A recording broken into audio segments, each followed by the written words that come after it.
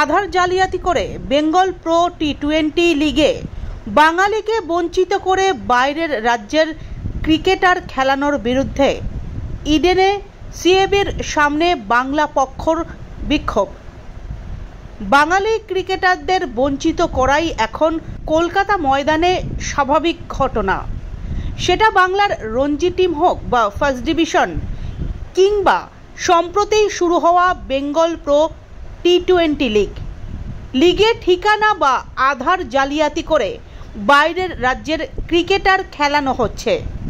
বাংলার মাটিতেই বঞ্চিত বাংলার বাঙালি তথা ভূমিপুত্র খেলোয়াড়রা। এরই প্রতিবাদে আজ বিকেল 5টা নাগাদ সিএবি অফিসের সামনে বিক্ষোভ করল বাংলা পক্ষ। স্মারকলিপিও জমা দেওয়া হলো।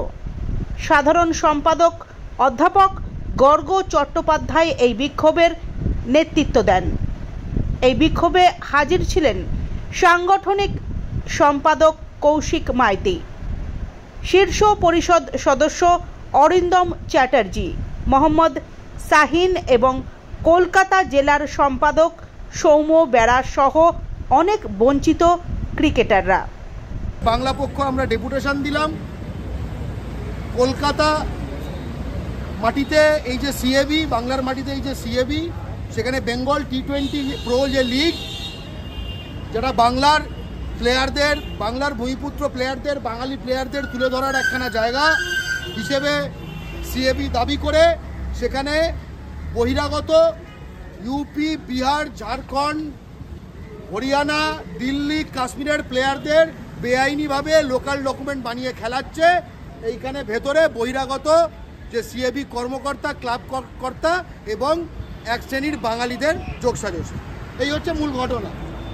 আমরা তাই এখানে ক্রিকেট প্রেমী বাঙালি, যে বাঙালি বাংলাকে বাঙালির মনে করে, তারা আমরা এখানে বাংলা পক্ষের তরফ থেকে জমায়েত করলাম এবং আমাদের স্পষ্ট ডেপুটেশন দিলাম।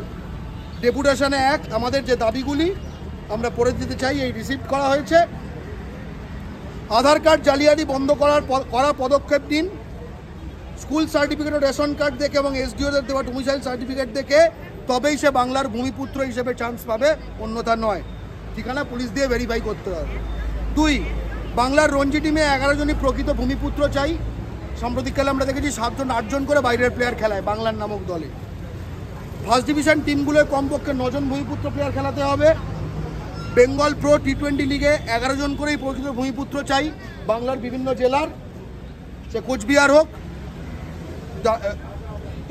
দক্ষিণ 24 পরগনা হোক, পুরুলিয়া হোক, নদিয়া হোক। সেকেন্ড ডিভিশন ক্লাবগুলোয় প্রতি টিমে কমপক্ষে 11 জন প্রকৃত ভূমিপুত্র ক্রিকেটার চাই।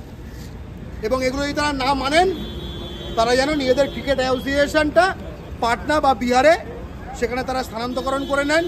কারণ আমরা সাম্প্রতিককালে দেখলাম যেভাবে আইপিএল ফাইনালটি আহমেদাবাদে, গুজরাটে ট্রান্সফার করে দিল এবং এরা চুপ থাকলো, বদলে কি পেয়েছে আমরা জানি না।